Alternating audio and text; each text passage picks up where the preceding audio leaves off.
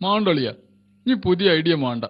എന്റെ ബാപ്പ ജീവിച്ചിരിക്കണ കാലത്ത് ഒരു ബിസിനസ്സും നടക്കൂല. അളിയൻ സ്വന്തമായിട്ട് തന്നെ ബിസിനസ് തുടങ്ങിയാൽ മതി. ഞാൻ ബിസിനസ് തുടങ്ങി വലിയ വീടും കാറും ഒക്കെ ആയിട്ട് ബലസി നടക്കുമ്പോ അളിയൻ കൈക്കോട്ടും പിടിച്ച് നടക്കുന്നത് എനിക്ക് സഹിക്കൂല. അത്രയ്ക്ക് കണ്ണിച്ചോറില്ലാത്തവനല്ല ഞാൻ. അങ്ങനെയാണെങ്കിൽ ബാപ്പ മരിച്ചിട്ട് ബിസിനസ് തുടങ്ങാ. ദേ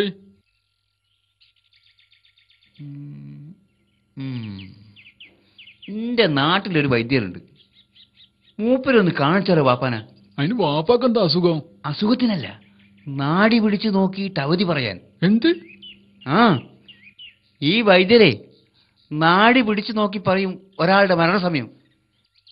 വൈദ്യർ അവധി പറഞ്ഞിട്ടുണ്ടെങ്കിൽ അത് ഇതുവരെ തെറ്റിയ ചരിത്രമില്ല. ബാപ്പാന്റെ അവധി അടുത്താണെങ്കിൽ ബിസിനസ് തുടങ്ങാൻ നമ്മൾ ലേശം കാത്തിരുന്നാ മതി. പക്ഷെ ഒരു പ്രശ്നമുണ്ട്. ഇതെങ്ങനോ ലീക്കായാല്? ഓ, തുടങ്ങി. ലീക്കാവൂലളിയ, ഞാനല്ലേ പറയുന്നത്. ഇങ്ങോട്ട് വാ, ഞാൻ പറഞ്ഞുതരാം.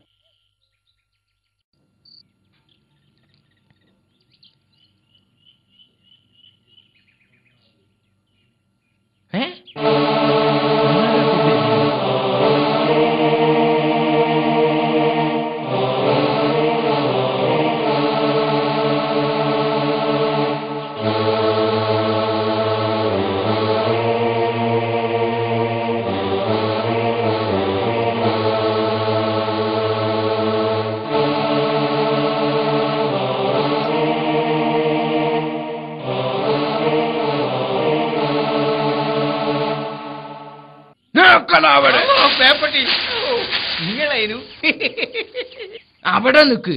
അന്നോട് ഈ പറമ്പക്ക് കാല് കുത്തരുത് ഞാൻ പറഞ്ഞിട്ടില്ലേ? ഞാൻ നിങ്ങളോട് മാപ്പ് ചോദിക്കാനാ വന്നത്.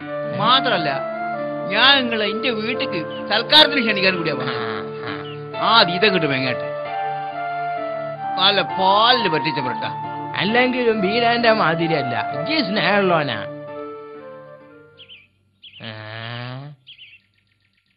ഇതേതാ എന്റെ കൂടെ വേറൊരു മരപ്പട്ടി? അല്ലോ, അങ്ങനെയൊന്നും പറയരുത്. ഇതാരാന്നറിയോ? 7ാം മാളികയിൽ അഷ്ടവൈദ്യനെ കേട്ടിട്ടില്ലേ? കുഞ്ഞാന്റെ മൂത്തത്. മൂപ്പര് ഇളയ മോനാ, കുഞ്ഞിക്കുട്ടനിളയത്. അച്ഛന് നല്ല കേളിയായിരുന്നു. നാടി പിടിച്ച് സകല രോഗങ്ങൾ ഇങ്ങോട്ട് പറഞ്ഞു തരൂ. മൂപ്പരെ കൊണമ്പല്ലോ ഇയാൾക്ക് കിട്ടിയ ഹുസൈനെ. പിന്നെ അച്ഛനെ കടത്തി വിട്ടും. അതുകൊണ്ടല്ലേ ഞാൻ ഇയാൾ ഇങ്ങോട്ട് കൂട്ടിക്കൊണ്ടുവന്നത്. എന്തിന്? ഒന്നും നിങ്ങളൊന്ന് പരിശോധിപ്പിക്കേ. പഠിച്ചോന്റെ റഹ്മത്തോണ്ട് ഒരസുഖം എനിക്കില്ല. 92 വയസ്സായി എനിക്ക്. ഇപ്പോഴും ഈ പാഞ്ഞാലും എന്റെ അപ്പുറം എത്തൂല. എന്താ കാരണം എന്നറിയോ? ദിവസം 2 നേരം ബലു കുളിച്ച് അത് ലേഖം തിന്നു. രാവിലെ 6 മണിക്ക് മുറുമുറാതി തൈലം തേച്ചൊരു കുളിയും. അങ്ങനെ തന്നെ പരിശോധിച്ചാനപ്പോ ഉണങ്ങി ചപ്പിച്ചൊരു വൈദ്യരും കൊണ്ട് വന്ന്. ഓന്റെ അച്ഛനെ വിചാരിച്ചിട്ടാ, അല്ലെങ്കിൽ ഇപ്പോ ഓ പാഞ്ഞ വൈക്ക് പുല്ലൾക്കൂല. അതിന് കാരണവരെ ഞാൻ നിങ്ങളെ ചികിത്സിക്കാൻ വന്നതാ നിരീച്ചത്. നിങ്ങളെ നാടി പിടിച്ച് നിങ്ങളെ മരണസമയം പറയാൻ വന്നതാ.